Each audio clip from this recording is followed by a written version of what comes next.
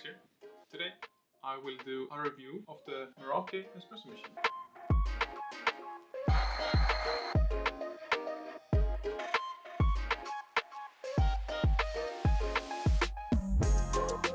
I've had the pleasure to use the Meraki machine for a little bit over a month now, so I wanted to do a review type video, talk a little bit about the pros, the cons, who this machine is for, pricing, what I like, what I don't like. Let's turn it on. So I have had the pleasure to try out the Gen 2 Meraki machine. Most of the things I say in this video will be true as well for the Gen 1. The Meraki machine is $2,000. I think it's around 1,900 euros. All the pricings will be listed down more accurately. It uses a dual boiler system, so you can steam your milk and put out your espresso at the same time, which is insanely convenient. When I've been in a hurry and I still wanted to have my morning latte, I've been able to make my cup in like a minute and 30 seconds. Just make sure to turn it on and then go grab your milk and everything will be done. It has a built-in grinder. The grinder is actually co-engineered between Meraki and Time Warp, and it is so much better than every single integrated grinder I have tried so far. Without naming any names, integrated grinders are usually not that good. If you have watched my channel before, you knew that I used to use a external grinder. That grinder was a couple $100, and the integrated one from this machine smashes that one to the floor. The ground are the fluffiest grinds I have seen. Like, I don't need to use the WD tool most of the time. I will just level and tamp. Like, let me show you a closer look. When you first start your machine, you will be met with a launch up screen, and when you have done the setup, connected to Wi-Fi if you want to do that, etc., you will have this screen. Once you're here, I really recommend you checking out your settings menu, going down to the About section, and updating your machine. Especially if you're planning to use the Coffee Sense feature, which is when you scan the NFC chips at the bottom of your coffee bags. It will look something like this. To use this feature, it's very important that you're up to date with your settings. Other than that, it's a super easy to use interface. You have the grinder setting, the brew setting, and the steam setting. Some more important things that you might want to check before starting to brew your coffee is if you go into the settings, you might want to enable or disable your pre-infusion. I have been really enjoying the coffee with pre-infusion on, but for the sake of it, because I think most people should probably at least start with it off. So I'll turn it off. I will shortly make a cup of coffee, of course. Also, you can set up if you want Celsius or Fahrenheit.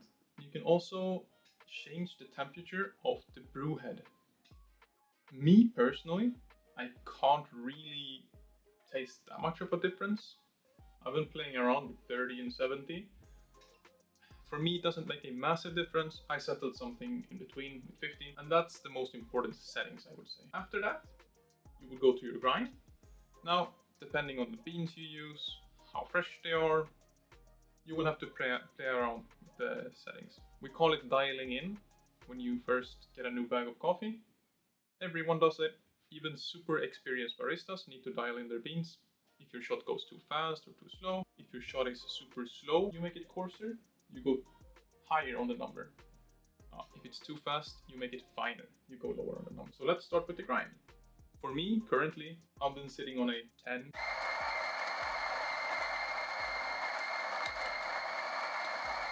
For beginners, you don't need extra scales and all that stuff with this machine. It is grind by weight and brew by weight. So I just click the button, perfect, right there. See if you can get a look of that. The grounds are so fluffy with this machine.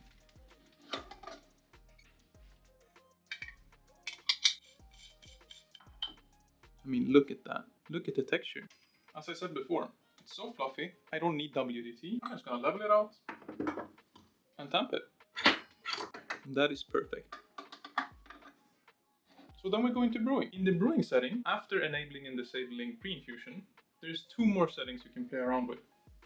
You can increase or decrease the temperature. For the coffee I am currently running, the roastery recommends 92 degrees, so we will do that, and a 36 gram shot. That's pretty average. Let's get a cup. I also went ahead and grabbed some milk. Okay, we have our cup.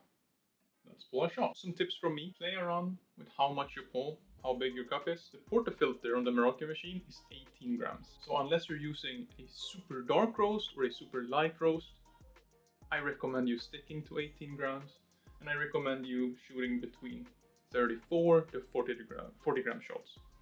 If you are a bit more experienced, you do you. You will find your perfect shot. A super good guideline to where to start is try to get a 25 to 30 second shot. Try to get it between 34 to 40 grams. That's the most important thing. And as I said, the temperature you can play around with. If it's a very dark roast, you can keep it like this. If it's a very light roast, you probably want to increase your temperature. Normally for me, I like to stay around 88 degrees, but I will listen to the roastery and we will do 92 here.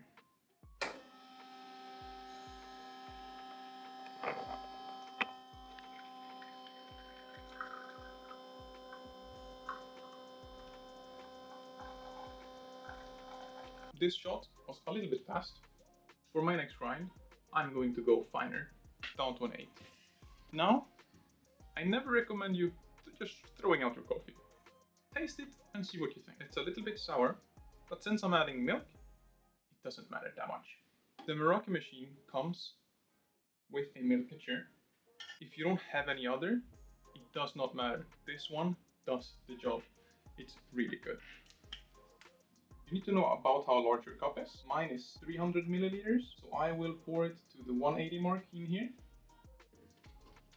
Because the volume will increase once you start steaming. And then, let's go into the steaming. Here, there's a new menu.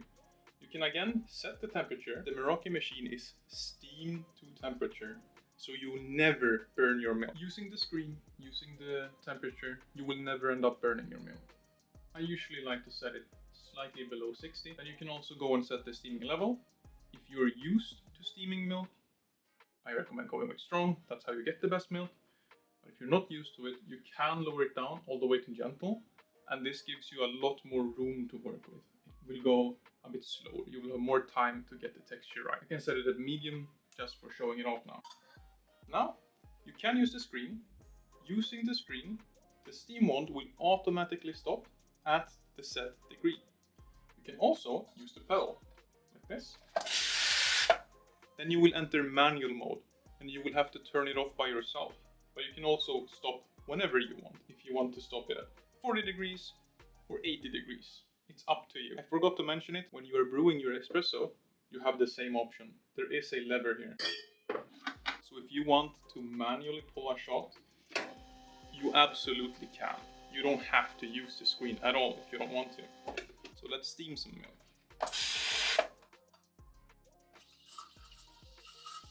The steam from this machine is very dry. This means that it won't add that much water to your milk. Most machines, especially at lower price points, have a very wet steam. This means you're adding a lot of water to the milk, which you don't want. It's not good if you want to do latte art, and it's also just not that tasty. And as with any machine, always make sure you clean it well. Yeah. The texture you get is absolutely amazing. It is definitely cafe quality. It is probably better than what you will get at most cafes, to be honest. It's unbelievable. Even now, when I didn't have the correct grind size, the coffee is just amazing. The rotary pump delivers such consistency. It's truly amazing. You get like very full, chocolatey, nutty cups. And if you want to do the brighter, more clear cups, you can just play around with the settings. Enable pre-infusion, lower the temperature, increase the temperature. You know, there's so much you can do with this machine. What are my pros and my cons with the machine? Well, the cons, I would say, it's not the cheapest machine. And descaling and deep cleaning it can be a little bit challenging. However, I am going to upload some guides in the future on how to make it. Also, Meraki already has beautifully made videos on how to do this on their YouTube channel, so you can always go and check that out. Another thing, this isn't really a con, it's probably a good thing, but for me, I'm the only coffee drinker in my household, so I'm the only one using it. And when I make coffee in the morning, I make milk drinks. Always, at the end of the day, empty and wash out, rinse your water tray. Milk will get stuck in here, and it's, yeah. At the end of the day, rinse and clean this. Even though it's very large. If you don't steam milk, you only do the espresso, this would probably last you like a week if you're one person and you make 2 cups a day. It's very, very big. But as soon as milks get in there, you need to rinse it out and clean it. One other negative thing is, as I said before, you can manually steam, you can manually brew, but for the Gen 1 and Gen 2, you cannot manually grind. You can change the grind size, but the only way to actually grind your coffee is to use the display. The pros, let's start at the grinder. For the pros, the grinder is really good. As I said before, I have tried more expensive machines and I've tried cheaper machines, and I've never had this good grind from an inbuilt grinder. It is on par with like high-end consumer grade grinders, so you will have absolutely no problem styling in the perfect shot. Moving over to the brewer, it uses a rotary pump, which is so much better than the ones you find at most other home espresso machines. Flow is super consistent and even. The temperature is super consistent and even. It just gives you perfect extractions every time. It's also easy to wash. With the Gen 2 machine at least, I also got 2, I think, extra rubber gaskets that you can change out, which is super generous. And you get all the essential tools needed too. When you get the machine, you get a beautiful wooden tab station. You get a super well-made lever and tapper. I think they're like solid steel. They're pretty hefty. Super high quality. Moving over to the steam. As I said, the steam wand uses a ball joint, so you have a lot of mobility. You can steam like almost 360 degrees. Super, super mobile. So you can have the station at your kitchen, at your own desk, at a corner, wherever. You will be able to steam. The power is incredible. Like, power is truly incredible. Even now at a medium, it is much stronger than what I've had with previous machines. And as I said, if you want to have the longer time on you, if you find it a bit harder to find the correct angles, etc., put it to gentle. Super nice. And as I said, the steam is super dry too, so it adds almost no water to your drinks. Yeah, I think that is it for my review of the machine so far. If you want the absolute best espresso possible for $2,000 at home, this machine is it. If you are an intermediate home barista, or maybe you are a barista and you just want something at home that you can play around with, but you know, you don't have to learn computer coding to play with, this is the perfect machine for you. If you're just getting started and it fits within your budget, it's also super, super, super beginner friendly. As I said, you can do everything via the screen, and you can make it almost automatic without the negatives of the automatic machines. If you don't know, automatic machines, like the super automatic ones, are incredibly hard to clean. The coffee you get out of them are almost always pretty bad. I really don't recommend you using them unless you have to. I think the machine finds a really nice sweet spot for beginner friendly, but also the intermediates. Not to mention how beautiful it is. No matter where you put this in your home, it will just elevate it. I think that is it for the review. If there's anything I forgot to mention, leave a comment and I'll bring it up in a next video. I am planning to make a lot more videos with the machine. I still want to make a deep clean guide where I descale it and, you know, clean everything out. And I also want to make some more in-depth videos specifically on the brewer, on the steamer and on the grinder. So if you are interested in that, make sure you follow the channel. That is coming up in the coming weeks. I also want to do an ultimate steaming guide with the Meraki machine. Otherwise, I think that is it for me. I want to thank Meraki for sending me this machine to try it out. Follow the channel, stay tuned for more. Thank you, Meraki. Have a really good week, good weekend, and brew something good today.